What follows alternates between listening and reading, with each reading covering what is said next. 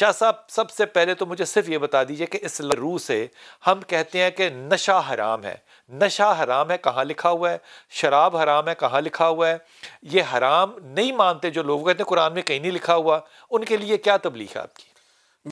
بسم اللہ الرحمن الرحیم۔ سب سے پہلے تو میں اس مافیا کی بات کرنا چاہتا ہوں جو چین بنی، یہ بھی جو تعلیمی اداروں کی یہ بات کر رہے تھے جہانگیر صاحب، سچی بات ہے کہ علامہ اقبال رحمۃ اللہ علیہ نے حدیث نبوی کا ترجمہ کیا تھا کہ طائر لاہوتی اس رزق سے موت اچھی، جس رزق سے آتی ہو پرواز میں کوتاہی، ایسا رزق کمانے والے یاد رکھیں اپنی نسلیں تباہ کر رہے ہیں، اپنا وجود تباہ نہیں کر رہے ہیں، اپنی نسلیں تباہ کر رہے ہیں، اپنی نسلیں تباہ کر رہے ہیں یقیناً۔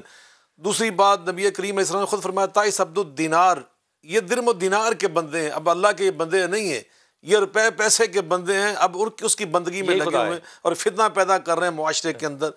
جہاں تک تعلق ہے بھی آپ نے جو سوال کیا، قرآن مجید فرقان حمید میں اللہ تعالیٰ خود فرما رہے ہیں انما الخمر والمیسر والانصاب والازلام رجس من عمل الشیطان فاجتنبوہ لعلکم تفلحون۔ یہ فعل شیطان ہے، فرمایا کہ یہ پہلے فرمایا یہ رجس ہے، نجس ہے، ناپاک چیز ہے، دوسرا فرمایا کہ یہ شیطان کا عمل ہے، تیسرا فرمایا فاجتنبوہ، یہ حکم ہے اللہ تعالیٰ کا، والامر للوجوب، اور حکم جو ہوتا ہے یہ فرضیت کے لیے ہوتا ہے، فرمایا اس سے بچو، شراب سے، الخمر سے بچنا ہے تم نے۔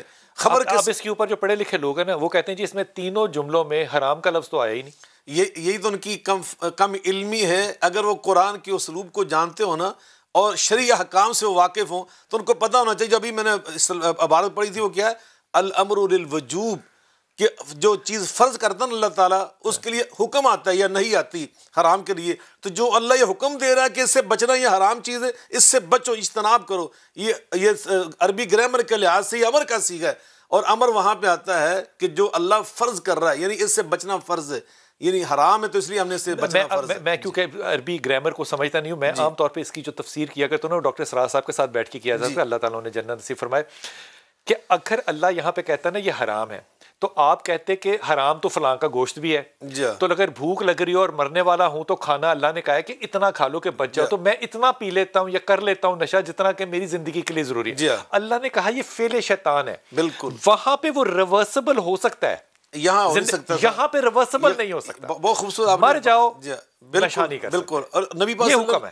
نبی پاک نے اس کی مزید وضاحت یہ فرما دی کہ وہاں تو یہ ہے نا کہ جب تم حرام یعنی بچ سکتے ہو، تو یہاں تو نبی پاک نے اور بات ارشاد فرمائی، اس سے بھی آگے بڑھ کر آپ فرماتے ہیں کہ کل ما اسکر کثیرہ فقلیل حرام، جس کی کثرت سے نشہ آتا ہو نا اس کا جو قلیل ہے نا اس کا ایک قطرہ وہ بھی حرام ہوتا ہے انسان کے اوپر۔ یہ حدیث پاک ہے، کل ما اسکر کثیرہ فقلیل حرام، ہر وہ چیز جس کی کثرت جو تمہیں نشے میں ڈالے وہ حرام ہے، اس کا قلیل بھی حرام ہے۔ یہ آرگومنٹ نہیں ہو سکتا کہ مجھے تو نشہ ہی نہیں ہوا، یہ نہیں آرگومنٹ ہو سکتا۔ بالکل بالکل، وہ ناپاک ہے، وہ حرام ہے، اور وہ قلیل میں بھی اتنی کی حرام ہے جتنی وہ کثیر میں حرام ہے۔ یہ حدیث پاک ہے۔ اب اگر یہاں بھی نہیں سمجھ آتی نا تو پھر اس کے بعد صرف معافی ہو سکتی شاہ صاحب، اور تو کچھ نہیں ہو سکتا۔